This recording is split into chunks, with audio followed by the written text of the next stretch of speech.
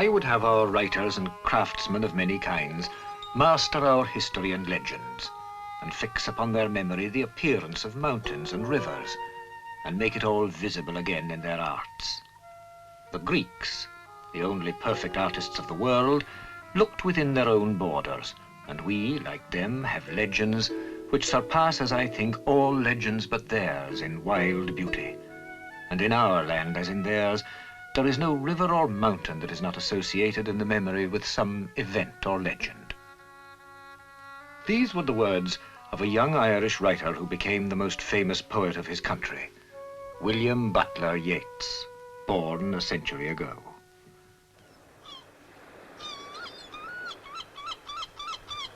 All around the west of Ireland there are places associated with the name of W.B. Yeats. There is Lissadell in County Sligo, where his youthful nationalism fired a young girl who later became a leader in the final struggle for Irish independence. There's the Norman Tower at Ballylee in Galway, where he lived for a time, and which became for him a powerful symbol of solitude, austerity, and the questioning of his middle age. And there is Coole Park, where Yeats and Lady Gregory developed the idea of a national theatre, the Abbey, and where many of the great literary figures of the day came. Think where man's glory most begins and ends, and say, my glory was, I had such friends. George Bernard Shaw, John Millington Synge, Augusta Gregory and her son, A.E., the poet's brother, Jack Yeats, the painter, Sean O'Casey, and W.B. Yeats. But a place where event and legend, river and mountain together breed a whole poetic landscape is the county of Sligo, where Yeats spent much of his youth. Verse, he wrote, should hold as in a mirror the colour of one's own climate and scenery, and make every lake and mountain a man can see from his own door an excitement in his imagination. Two such mountains guard Sligo. One is Ben Bulben, looming like a threat over Sligo town. There the long odyssey of the hunted lovers Diarmuid and Gráinne drew to its ill-fated end, the battle between a doomed hero and an invincible beast. On the other, that great warrior Cuchulainn slew his unknown son and, raving, fought the great sea around its shore. His arch-enemy, the tempestuous Queen Maeve, is said to lie in the ancient burial mound on its summit. This was Yeats' favourite mountain, Knocknarea. At the foot of Knocknarea, people before history built their tombs, old stones which call to mind legends from distant centuries. Yeats himself gathered stories from the country people and used them in his books. He added verses and stories of his own to the existing pattern of legend, linking them with the landmarks of Sligo, with Knocknarea, the steep place of the strangers, with Glencar and its waterfall of the stolen child, with Castle Dargan, fit setting for that bleak tragedy Purgatory, with Loch Gill and the island of his best-known poem, The Lake Isle of Innisfree.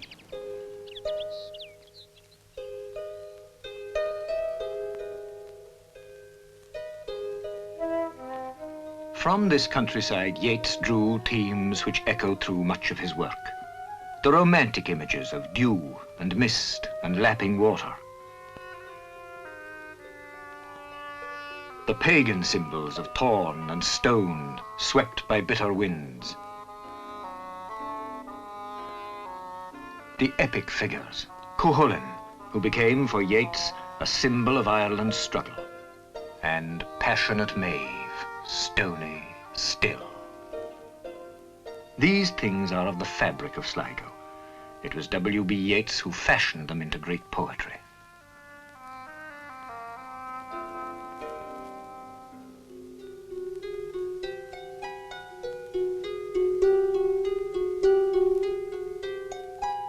Had I the heavens embroidered cloths enwrought with gold and silver light, the dim and the blue and the dark cloths of night and light and the half-light, I would spread the cloths under your feet.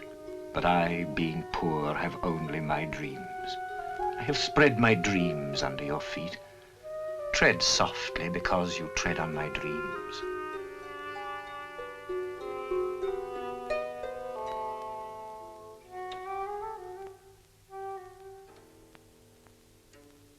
Outworn heart in a time outworn, come clear of the nets of wrong and right. Laugh, heart, again in the grey twilight. Sigh, heart, again in the dew of the morn. Come, heart, where hill is heaped upon hill, for there the mystical brotherhood of sun and moon and hollow and wood and river and stream work out their will. And God stands winding his lonely horn, and time and the world are ever in flight. And love is less kind than the grey twilight, and hope is less dear than the dew of the morn.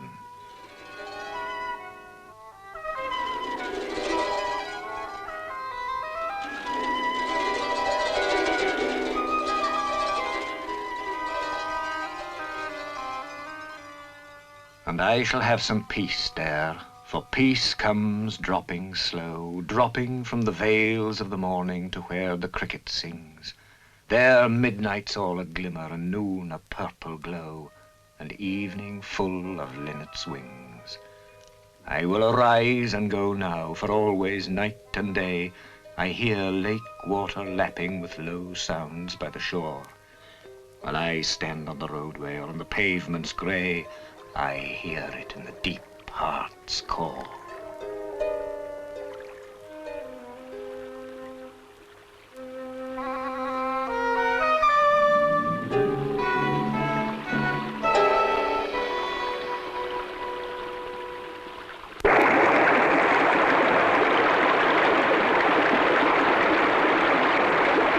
There is a waterfall upon Ben Bulben's side that all my childhood counted dear.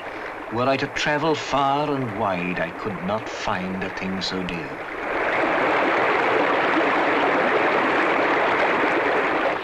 Where the wandering water gushes from the hills above Glencar, in pools among the rushes that scarce could bathe a star, we seek for slumbering trout, and whispering in their ears, give them unquiet dreams, leaning softly out from ferns that drop their tears over the young streams. Come away, O human child, to the waters and the wild, with a fairy hand in hand, for the world's more full of weeping than you can understand.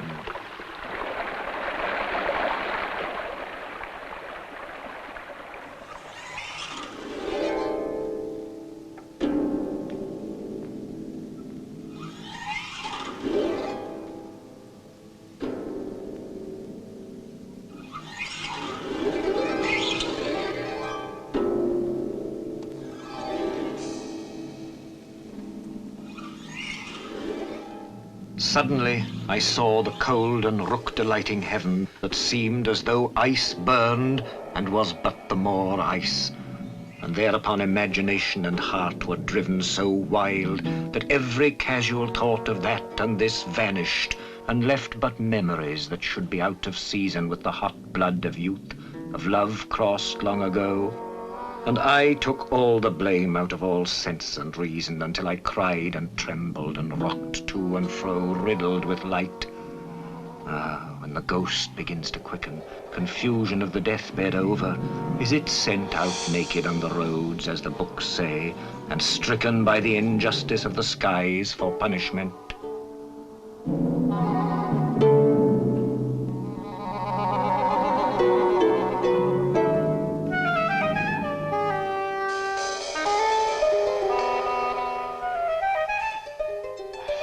The wind has bundled up the clouds high over Knocknarea and thrown the thunder on the stones for all that Maeve can say. Angers that are like noisy clouds have set our hearts a-beat, but we have all bent low and kissed the quiet feet of Kathleen, the daughter of Houlihan. The old brown thorn trees break in two high over Cummin Strand under a bitter black wind that blows from the left hand. Our courage breaks like an old tree in a black wind and dies, but we have hidden in our hearts the flame out of the eyes of Kathleen, the daughter of Houlihan.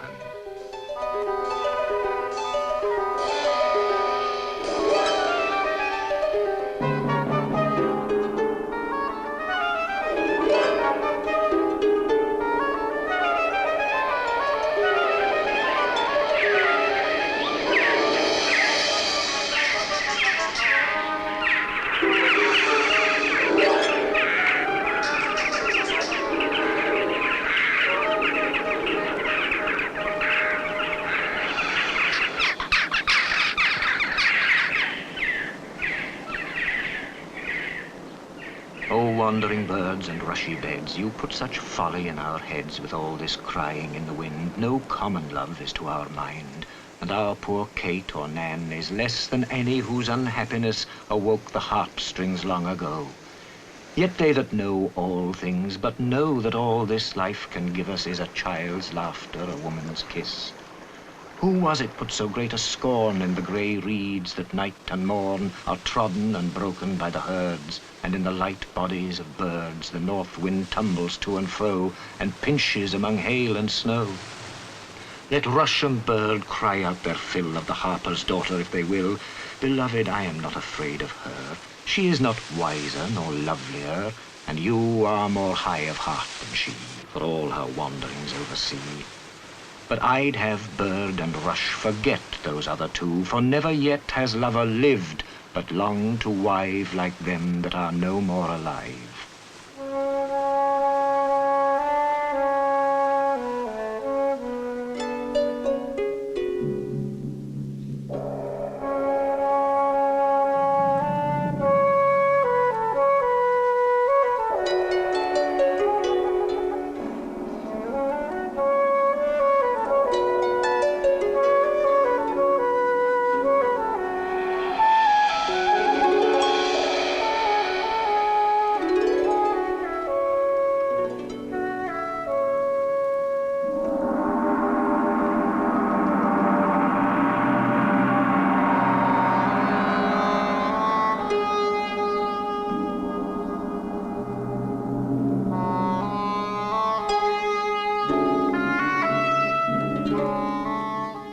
All would be well could we but give us wholly to the dreams and get into their world that to the sense is shadow, and not linger wretchedly among substantial things. For it is dreams that lift us to the flowing, changing world that the heart longs for. What is love itself, even though it be the lightest of light love, but dreams that hurry from beyond the world?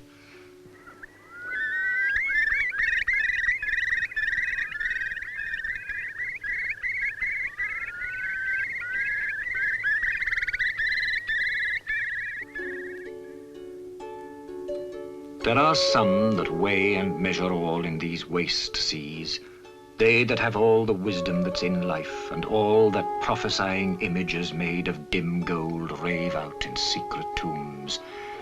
They have it that the plans of kings and queens are dust on the moth's wing, that nothing matters but laughter and tears, laughter, laughter and tears, that every man should carry his own soul upon his shoulders.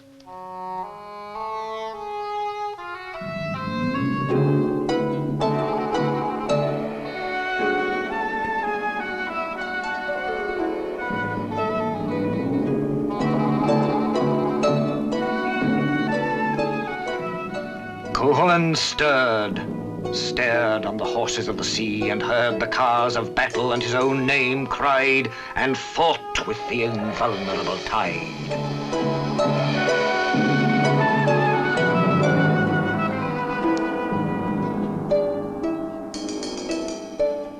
The dews drop slowly and dreams gather. Unknown spears suddenly hurtle before my dream-awakened eyes, and then the clash of fallen horsemen and the cries of unknown perishing armies beat about my ears. We who still labour by the crumlach on the shore, the grey cairn on the hill, when day sinks drowned in dew, being weary of the world's empires, bow to you, master of the still stars and of the flaming door.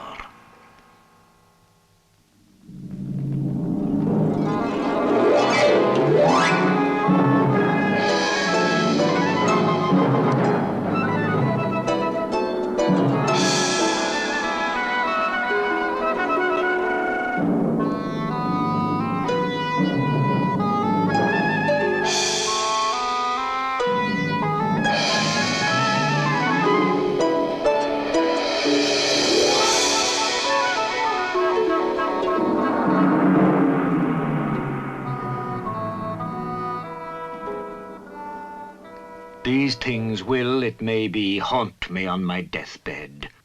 What matter if the people prefer another art? I have had my fill. Under bare Ben Bulben's head in Drumcliffe churchyard Yeats is laid. An ancestor was rector there long years ago. A church stands near, by the road an ancient cross. No marble, no conventional phrase. On limestone quarried near the spot, by his command, these words are cut. Cast a cold eye on life, on death, horseman, pass by.